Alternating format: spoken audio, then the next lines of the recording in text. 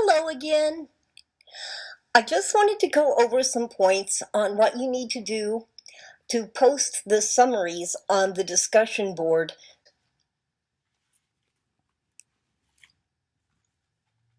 First of all, think of it as a class discussion. If this class were meeting live, what I would do is I would have students go over, study and annotate 2 or 3 sources, and then when the class is met, we would get into groups and students would share with each other what they had gotten out of their sources.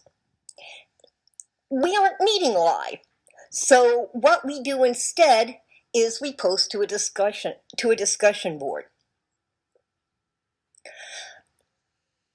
I have several goals that led to this assignment, and one of them is that posting summaries of your articles is a way to help each other. And you've got to remember that we're really all in this together. All of you as students and me, we are all in this together.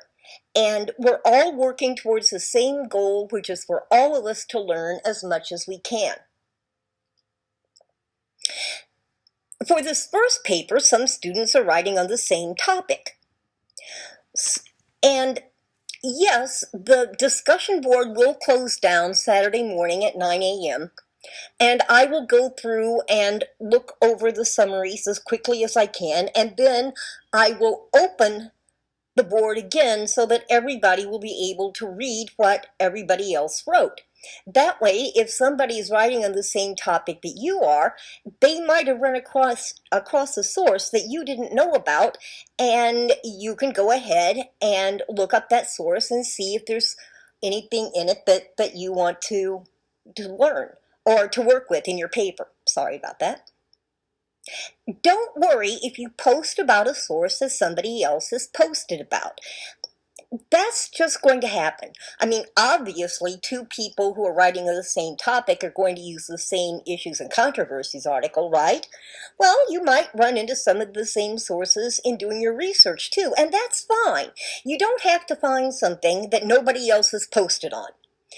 As long as you don't copy exactly what the other students did, you're fine. Another goal is that posting is going to help keep us moving forward on the paper. Remember, as I said several times in the Tolman video, but this is really important, the research drives the paper. You have to do the research before you can do anything else, because the research gives you the data leads to the reasons, and the reasons lead to the claim. So the research absolutely has to be done first. And you really need to complete much of the research, although certainly not all, before we can begin writing the paper and before we can begin discussing the paper. The discussion of how to write the paper that we're going to be going into will make a whole lot more sense to you, and you'll be able to use it a lot better if you can see how it applies to the data that you've gathered. So by posting, it keeps you moving forward.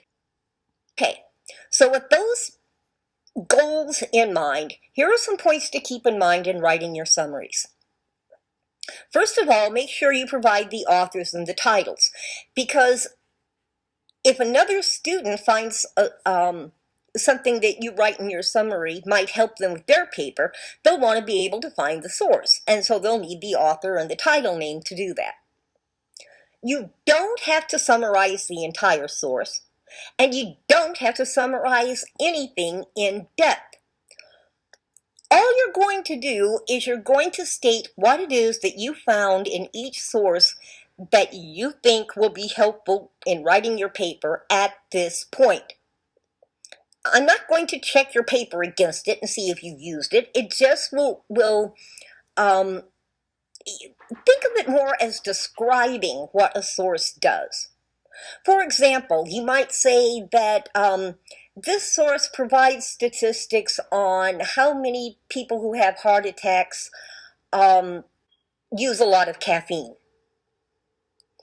Or you might say that this source discusses why critics think that cops using GPS to track people violates people's rights to privacy. Okay? You don't have to give the actual statistics. You don't have to give specifics of what the source says.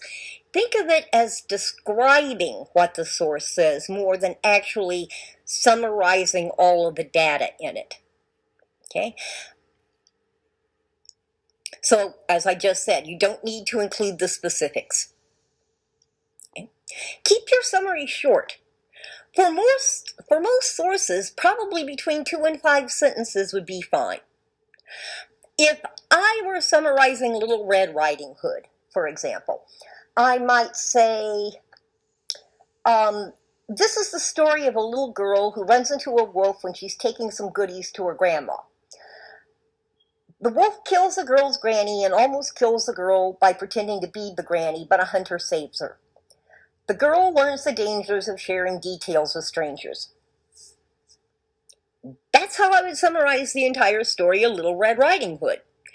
Somebody who might be thinking of using Little Red Riding Hood as a source, and of course didn't know the story, might see that and say, oh, hey, I'm writing about not talking to strangers, and maybe I should go and read this story because I see that it's about a girl who gets into trouble for doing it. You're helping each other out, but you don't have to give a whole lot of specifics. You don't have to write a really long thing. You're just helping each other out by giving each other an idea of what information different sources provide. And the writing can be somewhat informal. Okay? Like I said, granny, you noticed, instead of grandmother. That's fine. Try to write complete sentences. It's good practice, okay? And don't use texting crap, like capitalize the word I, and spell out words like R and our, and for, F-O-R, and to, T-O. You're not text messaging here. This is an assignment for a class. But you don't have to use really formal language. Okay? And like I said, try to write in complete sentences because it's good practice. The grammatical points that I'm really going to look at when I grade papers are run-ons, comma splices, sentence fragments, and tense shifts, unnecessary tense shifts. The other stuff, yeah, I'll look at that too, but those 3 things, especially run-ons, comma splices, and sentence fragments, will have an effect on your grade. Okay? So, I hope that helps, and that you have a better idea after watching this as to what you need to do to write the summaries and post them on the board. Of course, if you have any questions at all you have to do is drop me an email, and you're going to send that email from an account other than Canvas, of course, and it goes to deborah.okey@csn.edu. Thanks a lot. Hope this little video helped.